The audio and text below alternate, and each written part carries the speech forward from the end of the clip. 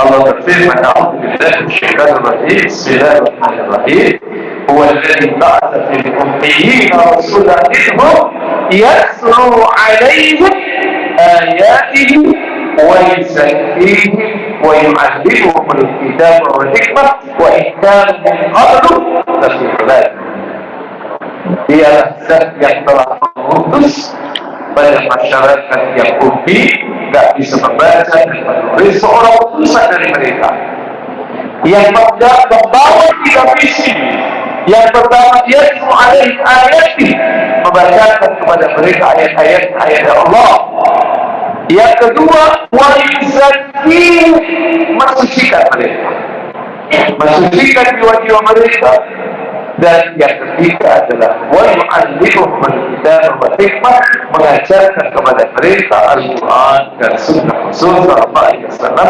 Jadi mensucikan jiwa merupakan misi kenan. Inilah kenapa di bulan Ramadan kita harus mensucikan melalui jiwa. Yang kedua sekalian, karena jiwa kita adalah tempat terjadinya pertempuran antara yang hak dan yang batil.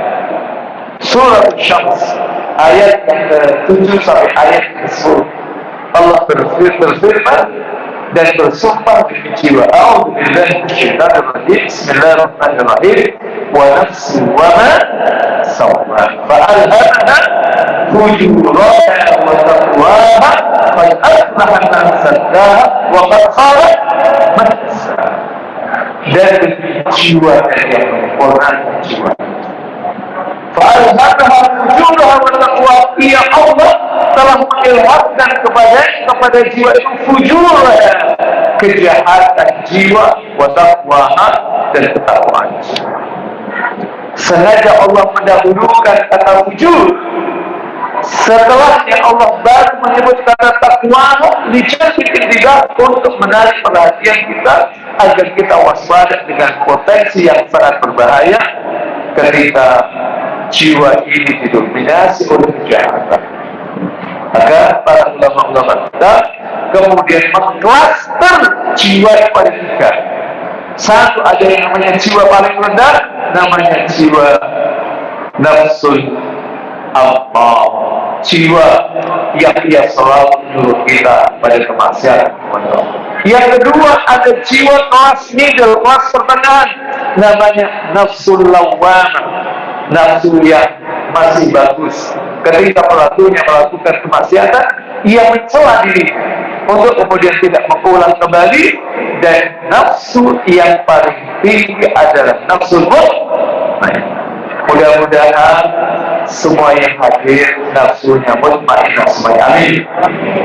Nafsu mutmainnah adalah nafsu yang responsif dalam ketaatan kepada Allah, dan itu bersifat konsisten, bersifat kontinu. Ciri jamaah yang jiwanya mutmainnah, rajinnya tidak hanya malam pertama dan malam kedua saja.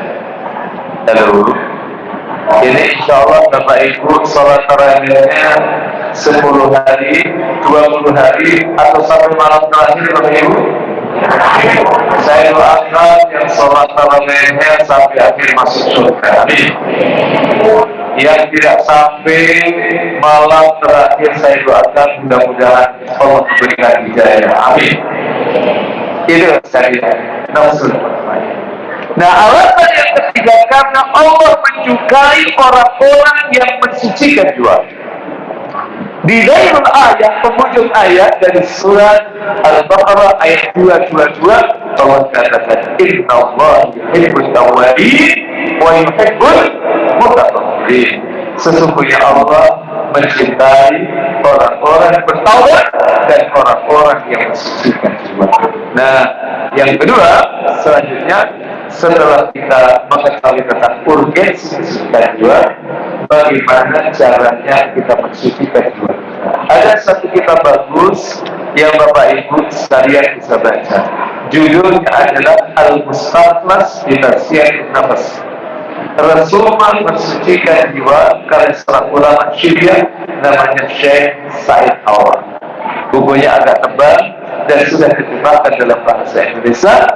Beliau mengatakan cara kita mensucikan jiwa itu ada 3 tahap.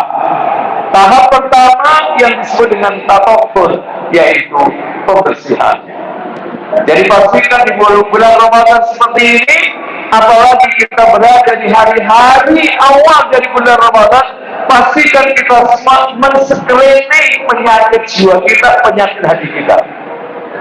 Kira-kira penyakit hati kita banyak hubungan. Masya Allah, Masya Allah. Beliau menuturkan banyak sekali penyakit jiwa. Saya sebut 1, syirik. Kesyirikan itu termasuk penyakit jiwa. Yang kedua adalah nifaq, kemunafikan. Lalu setelah itu ada riya, melakukan ibadah, melakukan amal-amal Islami bukan karena Allah, tapi karena manusia. Yang begini ada tidak? Nah, ini virus penyakit hati yang biasa menimpa orang-orang yang rajin ke masjid. Nah, berikutnya ada yang namanya sum'ah, memperdengarkan kebaikan ibadah yang kita lakukan kepada orang lain dengan motif agar kita disanjung. Lalu ada yang namanya ujub, ini biasanya menimpa orang-orang yang rajin. Pokoknya di Masjid Al-Iman ini tidak ada orang hebat seperti saya. 5 waktu selalu berjamaah, saya selalu berjamaah di shop yang pertama. Tidak ada yang melampaui saya kehadirannya. Hati-hati. Kalau itu kemudian menimpa kita, lalu kita meremehkan orang lain, maka kita terkena penyakit ujub. Dan ujub biasanya ada penyakit lanjutan namanya sombong. Sombong itu menolak kebenaran dan meremehkan orang lain. Lalu kata beliau, termasuk penyakit jiwa adalah hubbud dunya, cinta dunia. Cinta dunia, Bapak Ibu, bukan berarti kita tidak boleh kemudian mencintai dunia.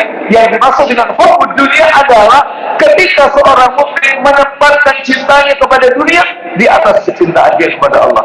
Itu yang tak boleh. Tapi kalau kita mencintai dunia, tapi cinta kita kepada dunia kita letakkan di bawah cintaan kita kepada Allah, boleh atau tidak boleh? Boleh. Maka saya doakan mudah-mudahan yang hadir ini menjadi orang yang dimudahkan rezekinya oleh Allah, menjadi orang-orang yang kaya raya. Kata Rasulullah SAW, la ba'sa bil ghina liman ittaqwa. Tidak apa-apa. Orang kaya itu tidak apa-apa asal dia bertakwa. Jadi yang rajin sholat berjamaah di masjid imam nggak apa-apa, yang kaya-kaya itu nggak apa-apa. Yang masalah adalah yang malas masjid itu kaya, Pak. Nah, itu yang repot. Tapi kalau rajin ke masjid kaya, Masya Allah, masalah-masalah sosial, masalah-masalah keagamaan akan cepat terselesai. Nah, terus sekalian, biasanya kalau kita men-screen penyakit-penyakit jiwa kita banyak, maka pastikan kita punya skala prioritas. Ada penyakit-penyakit jiwa yang memang menjadi skala prioritas untuk kita delete, untuk kita hapus dari diri kita. Silahkan nanti dipilih.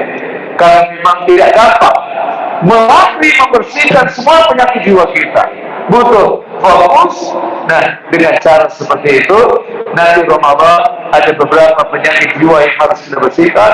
Nanti di bulan Syawal dilanjutkan, bulan Dzulqa'dah dilanjutkan, sehingga bahwa puasa ini, Ramadan ini punya pengaruh yang signifikan dalam perubahan diri kita sebagai seorang. Yang kedua, Pak, karena waktunya terbatas.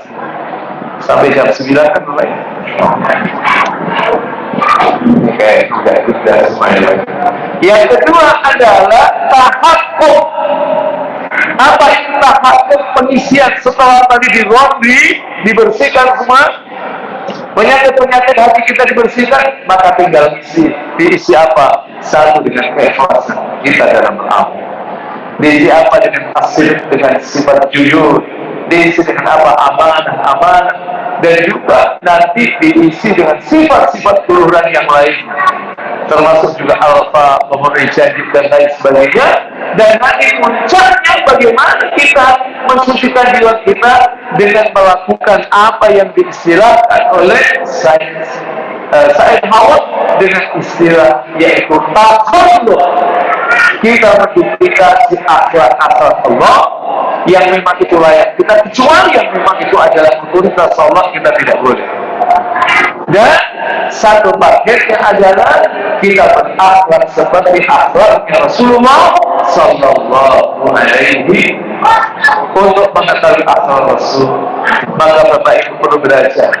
Perlu belajar misalnya membuka kitab namanya Asy-Syama'il Al-Muhammadiyah.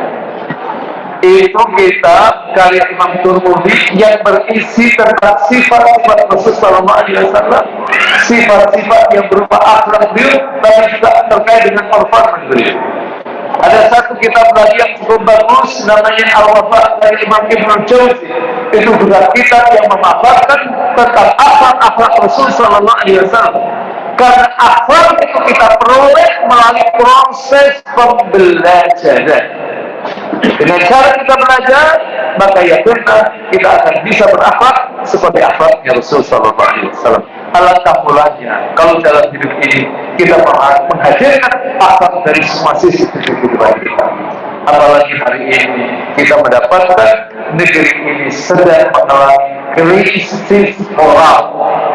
Krisis moral. Coba Bapak Ibu sekalian bandingkan bagaimana akhlak kita yang rata-rata usia 50 tahun ke atas dibandingkan dengan anak-anak yang hari ini usianya 15 sampai 20 tahun. Insya Allah akhlaknya sama atau tidak? Sama atau tidak? Maka kita diperintahkan oleh Al-Quran agar kita mengajarkan anak-anak kita agar sebelum ilmu itu yang disangkan oleh Allah di surat 66 ayat 6, ya ayyuhalladzina amanu qu anfusakum wa ahlikum nar. Wahai orang-orang yang beriman, lindungilah diri kalian dari keluarga kalian dari neraka Allah Taala. Dan Imam Ibnu Katsir itu mengatakan yang dimaksud dengan qu anfusakum wa ahlikum nar ay addinuhum wa allimuhum. Ajarkan mereka adab, ajarkan mereka ilmu. Al-adab qabla ilmu. Adab ini sebelum ilmu. Jangan sampai menjadi orang pintar tapi tidak punya adab. Itu biasanya ia akan sudah dinanti oleh di Bandung gitu Pak. Ada penjara, ada lapas namanya Pak. Suka kaya atau suka miskin Pak. Nah itu karena apa? Dia tidak punya adab. Pintar tidak punya adab itu berbahaya. Mudah-mudahan Allah Subhanahu Wa Taala memberikan kemudahan kepada kita semuanya. Ramadan ini kita bisa berubah dan alhamdulillah kepada kita nafsul mutmainnah insya Allah.